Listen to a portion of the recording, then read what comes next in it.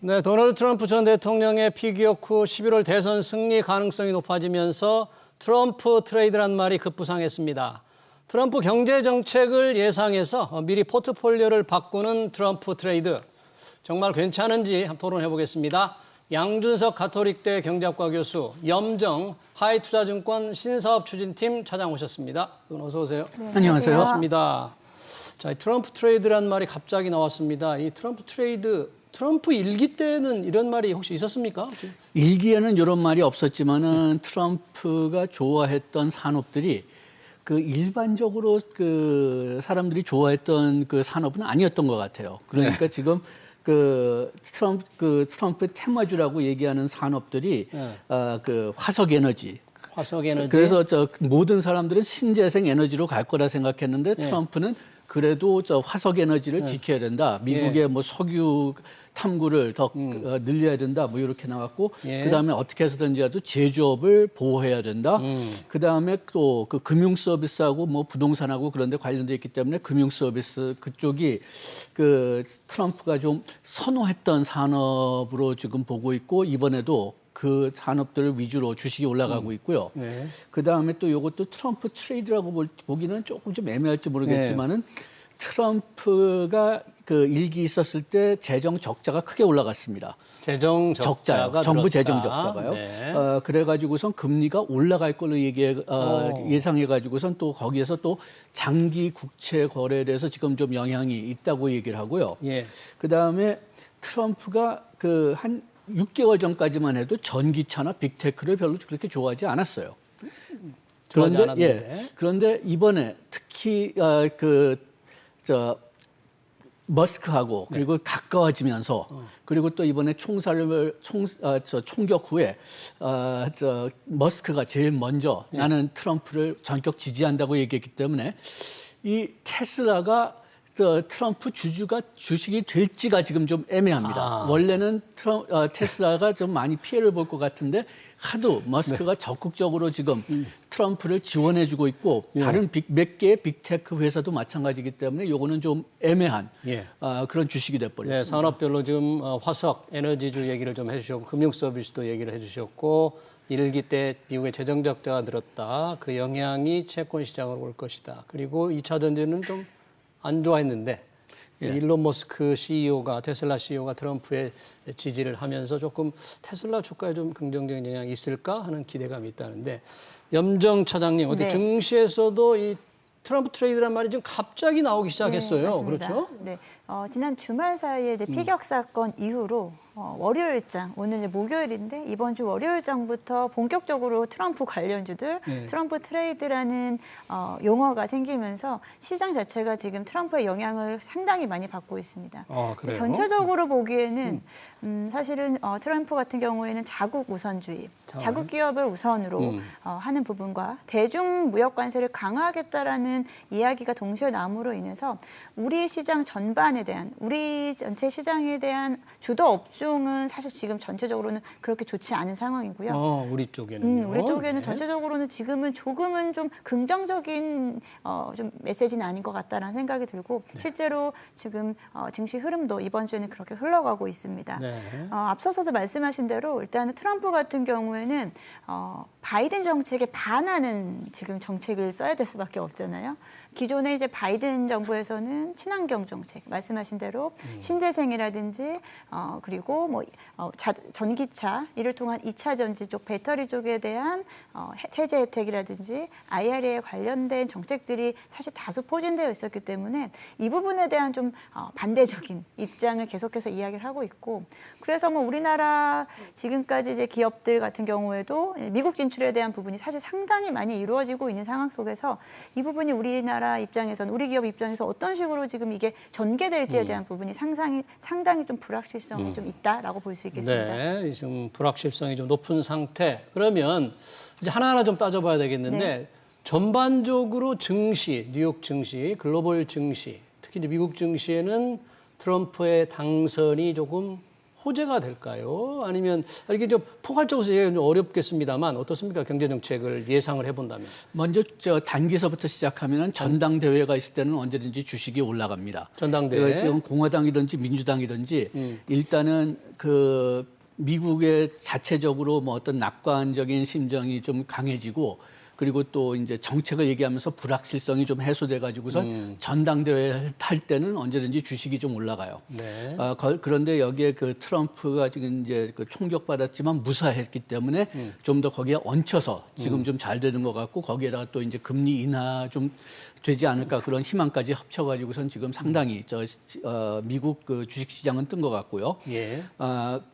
그다음에 선거돼서 지금 누가 이길지 모르겠지만 공화당 후보가 선거된다면은 주식이 좀 뜁니다. 공화당 후보가 뛴다면 한두 달 정도 이제 주식이 뛰는데 장기적으로 본다면 임기 전체적으로 본다면 민주당이 더 높이 올라간다고 얘기해요. 대체로는. 역대 정부 기록을 본다면. 예, 바이든은 지금 조금 좀 예외인 것 같은데 그렇지만은 일반적으로 보면 민주당이 4년 동안 또는 8년 동안 비교하면 좀 더 많이 올라간다고 하고요. 예. 그렇지만 일단은 한 첫 두 달 정도는 공화당 대통령이 들어갔을 때 더 많이 뜬다. 첫 두 달 정도는. 그다음에 이제 트럼프에 대한 어떤 그 특별한 요소를 본다면은 네. 지금 트럼프의 정책 계속 강조하는 것은 세금을 줄이겠다. 특히 법인세를 뭐 줄이겠다는데 얼만큼 줄일지는 아직 미지수고요.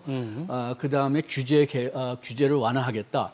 그래가지고선 기업의 수익성이 올라갈 것 같다고 해서 지금 이제 전반적으로 주식이 올라갈 수가 있을 것 같은데 다만 좀 장기적으로 본다면은 아까 얘기했듯이 그 재정 적자가 늘 가능성이 크고 그래가지고선 장기 시장 금리는 좀 비교적 높지 않을까 해가지고선 그 3년 차, 4년 차 가서는 좀 문제가 생길지 모르겠습니다만 네. 일단 한 첫 1, 2년 동안에는 세금 내리고 정부 지출 늘리고 해가지고 좀 경기 활성화가 상당히 좀 크겠죠. 네. 전체적으로 만약에 트럼프 전 대통령이 다시 당선돼서 트럼프 2기를 연다면 좀 초반에는 뭔가 이게 이 규제 완화 감세 정책으로 좀 기업 수익이 좋겠지만 좀 시간이 가면서 재정 적자 때문에 금리 압박이 좀 있을 것이다. 이렇게 전망을 해 주셨는데 이제 트럼프 대통령이 아까 그 바이든 대통령과 좀 거꾸로 한다 이렇게 할 때 가장 관심이 가는 게 그거 같아요. 인플레이션 감축법 바이든 대통령이 정말 강력하게 밀고 있잖아요. 네. 이거에 대해서 아주 비판을 했어요. 트럼프 대통령 그때 인터뷰에서. 지금 어떻게 보고 있는 겁니까? 저 트럼프 대통령. 지금 IRA 말씀을 하시는 거죠. 지금 IRA 같은 경우에서 가장 이제 수혜를 본 업종 또는 보고 있는 업종이라고 한다라고 하면은 아무래도 전기차, 2차 전지 그리고 이제 신재생 에너지 쪽에 대한 우리나라 기업들이 될 수 있겠는데요. 이 IRA에 대해서 뭐 직접적으로 뭐 이제 이야기를 한 부분은 IRA에 대한 부분을 사실은 좀 폐지 또는 이에 대한 좀 그러니까 아무래도 혜택을 좀 감소시키겠다라고 좀 이야기를 했어요. 네. 그 부분은 전기차에 대한 부분을 전기차에 대한 확산 속도 역시도 지금 바이든 입장에서는 전기차에 대한 확산 속도를 그렇게까지 빠르게 할 필요 있느냐라는 좀 이야기가 있으면서 오히려 최근에 앞서 말씀하신 대로 친환경 쪽보다는 기존의 석유화학이라든지 기존 전통 에너지 사업 쪽에 대한 부분이 최근에 주식시장에서 미국 시장에서 지금 오르고 있다라는 점이 그에 대한 반증을 좀 나타낼 수 있다라고 좀 생각하고 있고요. 예. IRA에 대한 어떤 불확실성이 있다 보니까 우리나라 지금 완성차 업체, 뭐 현대차, 기아라든지 기존의 IRA에 대한 수혜, 세제 혜택을 받을 수 있을 중장기적인 어떻게 보면 중장기적인 계획 속에서 이에 대한 부분을 실행하고 있는 우리나라 기업들은 그 불확실성이 좀 커져갈 수밖에 없고요. 뭐 IRA뿐 아니고 앞서 뒤에 또 이야기를 하겠지만 지금 어제 사실은 미국 시장의 폭락이 바이든 효과를 좀 트럼프 효과를 좀 나타내고 있다라고 하는 생각하고 있는데 지금 주식시장은 상당히 트럼프의 말 한마디 한마디에 지금 좀 너무나도 좀 민감하게 반응을 하고 있다라고 좀 생각하고 반도체 쪽도 마찬가지고 반도체 쪽에 대한 제재라든지 반도체법에 대한 부분도 조금 부정적으로 지금 이야기를 하면서 반도체뿐 아니고 뭐 2차 전지 그리고 전기차 쪽까지 전반적으로는 지금 시장의 방향성이 조금은 좀 불확실하다라고 볼 수 있겠습니다. 2차 전지 투자하신 분들 그리고 작년 상반기까지만 해도 참 2차 전지 네. 질주를 해왔는데 이미 이제 그 이후에 전기차 성장세가 조금 둔화되면서 시장에 이제 하방세가 계속되고 있는데 이 IRA가 인플레이션 감축법이라는데 말이 잘못됐다. 트럼프 전 대통령 표현에 의하면 인플레이션을 오히려 자극한다. 이런 얘기를 한 거 보니까 아주 악재가 될 것 같은 생각이 들어요. 2차 전지 쪽에. 그 문제는 처음부터 있었습니다. 이게 말로는 인플레이션 감축 정책이라고 했지만은 그 안에 보면은 정부 지출이 상당히 많거든요. 특히 신에너지나 친환경, 뭐 전기차 같은 부분에 대한 지출이 많아가지고선 이걸 또 인플레이션의 주 원인이라고 할 수는 없지만은 그래도 거기에 또 높이는데 좀 기여하지 않았느냐 그런 얘기는 옛날서부터 있었습니다. 다만 트럼프가 계속 자기는 전기차 싫다. 자기는 내연 엔진 자동차를 유지해야 된다고 얘기를 했기 때문에 그 2차 전지나 EV에 대한 보조금이 줄 거고 그다음에 거기에 대해서 또 이제 주식 가격 반영되는 거는 뭐 그렇게 예상했었지만은 그런데 테슬라가 조금 이상한 거죠. 다른 자동차 회사들은 지금 EV하고 내연 자동차를 같이 만드니까 그러니까 EV 쪽이 떨어진다고 해도 내연 자동차가 올라가면은 뭐 그게 서로 상쇄되는데 테슬라는 EV밖에 더 안 만들잖아요. 그렇죠.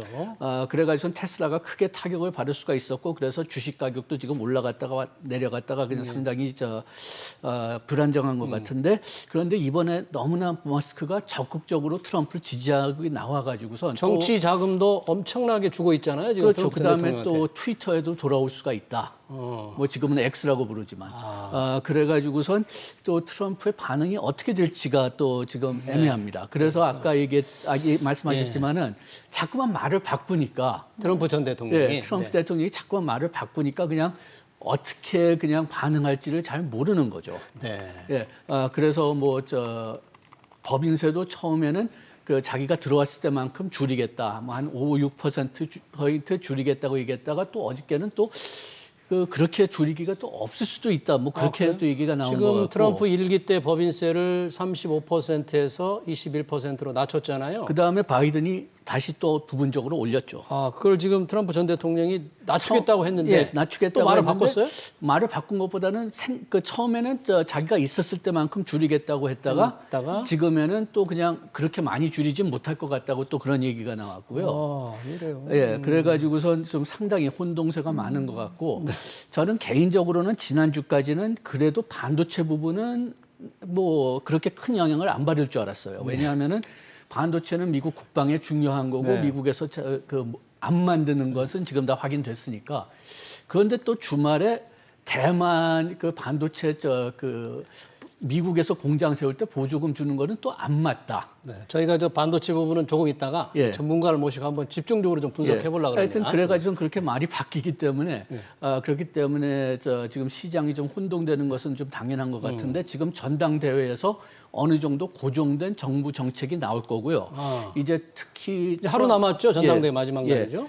특히 이제 트럼프가 이제 직접 나와서 자기의 경제 정책을 얘기하면은 이런 불확실성이 좀 그래도 일부는 해소되지 않을까 생각이 됩니다. 알겠습니다. 전당대회 마지막 날 트럼프 전 대통령의 이제 총 정강이 다 발표되면 좀 더 깊이 있는 분석을 한번 해보도록 하겠고요.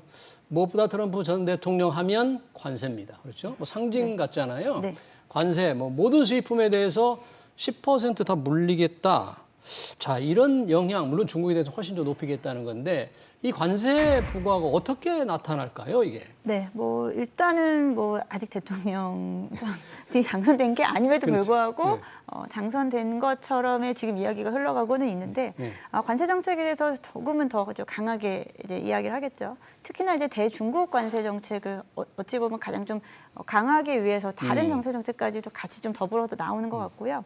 중국산 제품에 대해서는 60에서 100% 관세 정책을 나오겠다. 뭐 사실 그렇게 하면 거의 중국과의 그냥 무역에 대한 부분은 사실 뭐 안 하겠다라고 할 정도로 수입이 안 되잖아요, 이 정도 되면. 이 정도면은 그냥 뭐 중국의 경제를 그냥 막아버리겠다라고 저는 그렇게 해석을 하고 있고요. 그 외에 이제 다른 나라 제품들에 대해서도 뭐 일률적으로 10% 관세를 부과하겠다라고 하면은 이에 대한 부분은 우리나라 기업뿐 아니 우리나라뿐 아니고 다른 교역 국가들도 마찬가지고요. 실제로는 미국의 자국민들에 대해서도 사실 이에 대한 좀 긍정적인 효과가 나타나지 않을 것이다라고 좀 이야기를 하고 있습니다. 네, 그에 자국민들은 뭐 좀 네. 수입품 가격이 올라서 조금 부담된다 그런 얘기죠. 네, 뭐 아무래도 이제 그런 부분들이 있겠죠. 그래서 관세 정책을 일단은 저희 나라 입장에서 봤을 때는 이 관세에 대한 부분이 이제 중국에 대한 관세가 우리나라 입장에서는 반도체든 자동차 2차 전지든 사업과 산업 쪽이 많이 긴밀하게 얽혀 있기 때문에 사실 좀 중국 관세에 대한 부분이 우리나라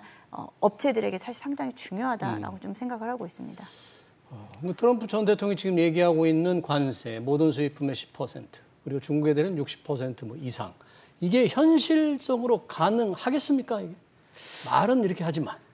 그래서 지금 미국 헌법을 보면은 통상 정책의 원천적인 책임은 의회에 가게 돼 있어요. 의회에. 그래가지고선 이번에 트럼프가 재선되지만은 그렇지만은 만약 의회가 공화당이나 민주당 쪽으로 가 있다면은 좀 어려울 수가 있습니다. 왜냐하면은 민주당도 그렇게 자유무역에 대해서 호의적인 그런 정당은 아니지만은 그렇지만은 요것 때문에 인플레이션이 올라갈 거다, 국민의 부담이 커질 거다 이런 염려는 많이 하고 있단 말이에요. 인플레이션 우려를 한다. 관세 때문에 관세 때문에 뭐 올라서. 세금 부담으로 지금 이제 주로 미국의 싱크탱크들은 계산하고 있는데 트럼프 일기에 중국하고 여러 국가들에 대한 관세, 철강 관세 때문에 한 가구당 세금이 한 $625 올라간 셈이다. 그런 계산이 나왔고. $625 예. 세금이 올라갔다? 세금 부담이 올라간 거하고 같다. 그런 부담을 더 예, 그다음에 됐다. 만약 지금 얘기한 60% 중국 관세, 그다음에 10% 일반 관세 얘기하면은 그러면은 한 가구당 한 $1,500의 세금 내는 거하고 비슷하다. 그래요. 이런 연구 결과들이 나왔고 미국 경제의 한 1 내지 2%가 떨어질 거다. 이런 결과가 나오긴 했는데 트럼프에는 계속 관세를 내면은 그거는 우리나라 국민들한테는 부담이 없다. 요거는 다 외국인들이 부담을 한다. 그럼 말이 안 되잖아요? 말이 안 되는데도 이상하게 통합니다. 통해요. 말이 안 되는데. 공화당 소속 정치인들뿐만이 아니라 일반인들한테도 통해요. 그게요? 아니 관세를 많이 내면 수입 물건값이 올라서 수입 부담이 그러니까 일반인들이 영향을 받는데 왜 영향이 없다고 그럽니까? 먼저 세금을 이 관세를 처음 올렸을 때는 팬데믹 때나 바로 직전이었으니까 세금이 올라갔을 때 그때 미국의 문제는 인플레이션이 아니라 디플레이션이 되지 않을까 염려였거든요. 인플레이션이 하도 낮아져가지고. 그렇기 때문에 요게 조금 올라갔다고 해봤자 그렇게 느끼질 못했을 거고, 네. 그 다음에 또 팬데믹 끝난 다음에는 인플레이션이 너무나 많이 올라가니까 바이든도 계속 이 관세를 유지시켰지만은 팬데믹 때문에 생산 병목 현상 때문에 인플레이션이 하도 많이 올라가니까 이게 얹혀서 조금 더 올라갔다는 걸 못 느끼는 거죠. 네, 알겠습니다. 그렇지만 민주당은 아까 얘기했지만은 이게 국내에서 믿는다 그거를 알고 있지만은 네. 공화당은 계속 요거는 외국인들이 내고 있다고 주장을 하니까 네. 그게 지금까지는 잘 먹혀 들어가는 거죠. 그러네요. 근데 만약에 이번 대통령 선거 전에 상하 양원 모두 공화당이 장악한다면 말씀하신 대로 관세 부과 권한이 이제 의회에 있으니까 그때 또 어떻게 될지 또는 민주당과 나눠 가진다면 또 달라질 수도 있고. 그렇지만은 공화당이 두 당이 상원 하원 다 주도권을 가지게 된다면은 60%까지는 모르겠지만은 그렇지만은 상당히 높은 네. 중국에 대한 관세와 일반 관세가 올라갈 가능성이 크다고 봅니다. 네, 지금 양 교수님께서 이제 관세로 인한 인플레이션 우려를 말씀해 주셨으니까 네. 그 인플레이션에 따라서 가장 우리가 민감하게 봐야 될 게 이제 시장 금리잖아요. 국채 금리가 어떻게 될까? 트럼프가 만약에 집권한다면 금리가 오를까? 아니면 지금 연준은 낮춘다고 하는데 네. 그 트레이드 낮아질까? 자, 어떻게 예상을 해야 되겠습니까? 이거? 일단은 트럼프의 영향과 상관없이 시장은 지금 금리 인하 시기에 지금 돌입을 했습니다. 지금 트럼프 총격 사건 전에 일단은 9월 금리 인하에 대한 기정 사실화가 시장에서 나타났고요. 9월 금리 인하에 대한 부분이 거의 확률적으로 한 90% 이상 나타났었습니다. 하지만 이제 트럼프 후보가 금리 인하 시기에 대한 사실은 지금 개입을 하고 있죠. 금리 인하 시기에 네, 대해서. 파월 의장의 임기를 보장해 줄 테니 금리 인하를 대선 이후, 당선 이후로 넘겨라. 그래야지만이 조금 더 드라마틱한 미국의 시장 변화를 본인의 이런 공으로 나타낼 수 있기 때문에 그에 대한 부분에서는 일단은 금리 인하 시기의 문제다라고 좀 생각을 하고 있고요. 9월 또는 이제 11월 이후 바로 대선 이후에 바로 또 11월 FOMC가 있거든요. 그렇기 때문에 이제 9월이냐 11월이냐에 대한 부분은 트럼프 입김이 얼마나 더 셀 것인지에 따라서 지금 연준 의원들은 사실 좀 눈치를 안 볼 수는 없는 상황이다라고 생각하고 있습니다. 네. 일단은 그에 따른 효과로 당연히 이제 금리에 대한 부분은 장기적인 추세는 내려갈 수밖에 없는 구조이긴 하지만 단기적으로는 네, 그렇긴 하지만 이제 이런 거죠. 기대치보다 조금은 덜 내려가냐 더 내려가냐의 문제인 거거든요. 그래서 거기서 말씀하시는 게 이제 금리가 이제 시장 금리 자체가 이제 금리 고정 그 기준금리 대비해서 좀 높게 형성되느냐에 대한 부분을 이야기를 하시는 것 같은데 일단은 금리 인하는 모르겠습니다. 저도 지금 이에 대한 추이를 계속 지켜는 보고 있고요. 네. 그 영향력 사실은 지금은 조금 좀 강하게 시장에서 특히나 주식시장이라든지 외환시장 그리고 이제 국제금리 시장이 트럼프에 대한 발언을 상당히 좀 민감하게 지금 반응을 하고 있기 때문에 조금 더 좀 지켜봐야 되지만 추세적으로는 당연히 이제 금리 인하에 대한 부분으로 통해서 국채 금리는 뭐 떨어질 수밖에 없다라고 좀 보고 있습니다. 아, 국채 금리는 떨어질 수밖에 없다. 그러나 얼마나 떨어질지는 트럼프 전 대통령이 또 지금 연준의 금리에 마치 개입하는 듯한 발언을 하고 있기 때문에 거의 조금 뭐 개입 또는 뭐 협박을 하고 있잖아요. 보고 있습니다. 뭐 대선 전에 금리를 낮추는데 반대한다는 입장을 공식적으로 얘기를 했는데 이래도 되는 겁니까? 원칙적으로는 안 되는 거죠. 그렇지만은 트럼프가 지금 선거 전략으로 사용하는 게 나는 정치적으로 공격을 받고 있다. 그래서 지금 현재 정권 바이든 그 정부가 거기에 또 이제 연준까지 포함시키는 거죠. 내가 재선되지 않기 위해서 온갖 수단과 방법을 가리지 않고 쓰고 있다. 그래서 그 11월까지는 내리지 않는 게 맞다. 그리고 요게 좀 어떻게 본다면은 과거 통화 정책하고 좀 통하기도 합니다. 왜냐하면은 그 대통령 그 선거 뭐 총선 그 근처에는 그 지금까지 연준이 그렇게 금리를 바꾸질 않았어요. 아, 대선 직전에는 바꾸지 않았다. 오히려 그 과거에 70년대로 돌아가 보면은 그 닉슨이 그때 연준 의장 번스한테 내가 좀 재선되기 위해서 금리를 내려달라고 해가지고선 내려줬더니 그랬더니 그게 들키면서 이제 오히려 더 문제가 됐고 그래서 연준하고 독립성을 더 키워야 된다 그렇게 얘기를 했는데 이게 진짜 좀 모순점이 뭐냐 하면은 트럼프가 우리가 과거 일기를 생각해보고 지금을 생각해보면은 금리에 더 많이 그 간섭을 하려고 합니다. 네. 그런데 그래서 지금 트럼프 정책의 특징이 뭐가 될 것이냐 물어보면은 낮은 금리에다가 낮은 세금. 네. 그렇기 때문에 아마 재선된 다음에는 금리를 빨리 내리라고 엄청난 압력을 줄 거는 같은데 그렇지만 다만 자기가 선거되기 전에는 안 된다. 원하는 시점에. 그래요. 그러면 이 요즘 채권 투자자들이 굉장히 많잖아요. 예, 그렇죠. 채권 이제 금리가 낮아지면 거꾸로 채권값이 올라서 그렇죠. 매매 차익도 예. 얻을 수 있는데 그런 채권 투자를 하시는 분이나 생각하는 분들은 만약에 트럼프 전 대통령이 11월 당선 가능성을 좀 높게 본다면 혹시 어떻게 하면 말씀하신 대로 사실 채권 투자 요즘에는 개인 투자자들도 소액 투자를 많이 하고 있습니다. 그리고 뭐 우리가 시기의 문제이기다라고 얘기는 하지만 금리 인하에 대한 부분이 어느 정도는 좀 기정사실화된 상황에서 이미 이제 채권 투자에 특히 채권 투자 홀더하고 계시는 분들이 많으시죠.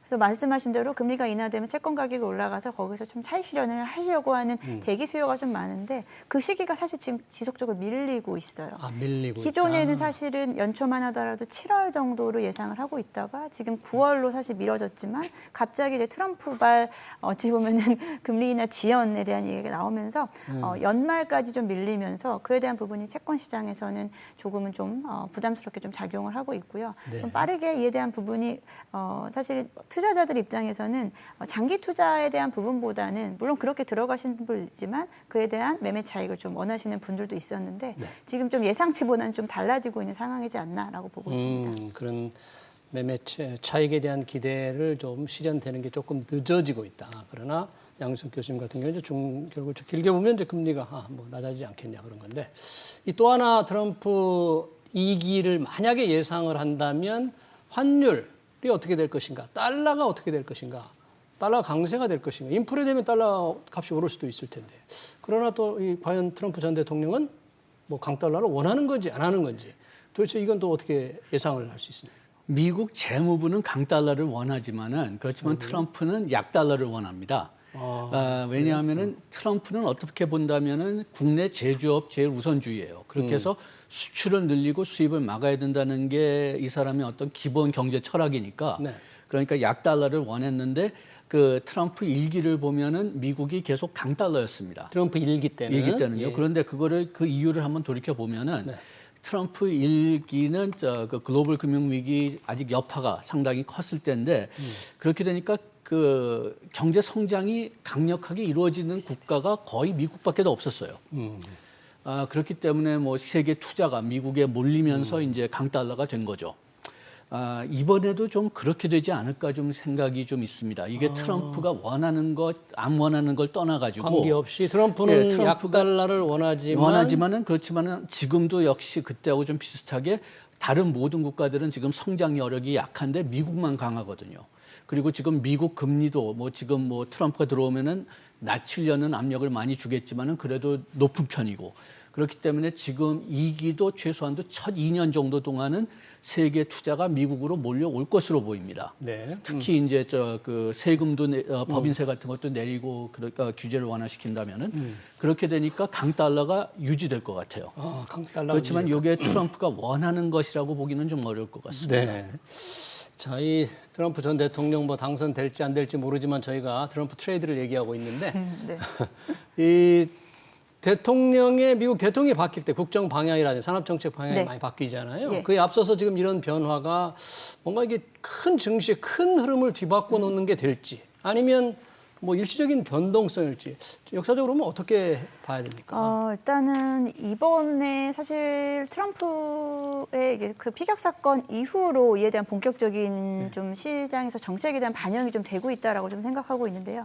일단은 보통은 주식 시장에서는 당선 전에 이미 좀 확률이 높은 후보 쪽으로에 대한 공약이라든지 정책에 대한 부분이 좀 선반영되는 좀 분위기가 있죠. 바이든 대통령의 당선 전에도 당선율이 높아질 때쯤에서 관련된 정책들, 신재생 쪽이라든지 앞서 말씀드린 뭐 IRA까지는 본격적으로 나오기 전이기는 합니다만 관련주들의 흐름이라든지 정책 방향성, 산업의 방향이 갔었다가 지금 이번에 트럼프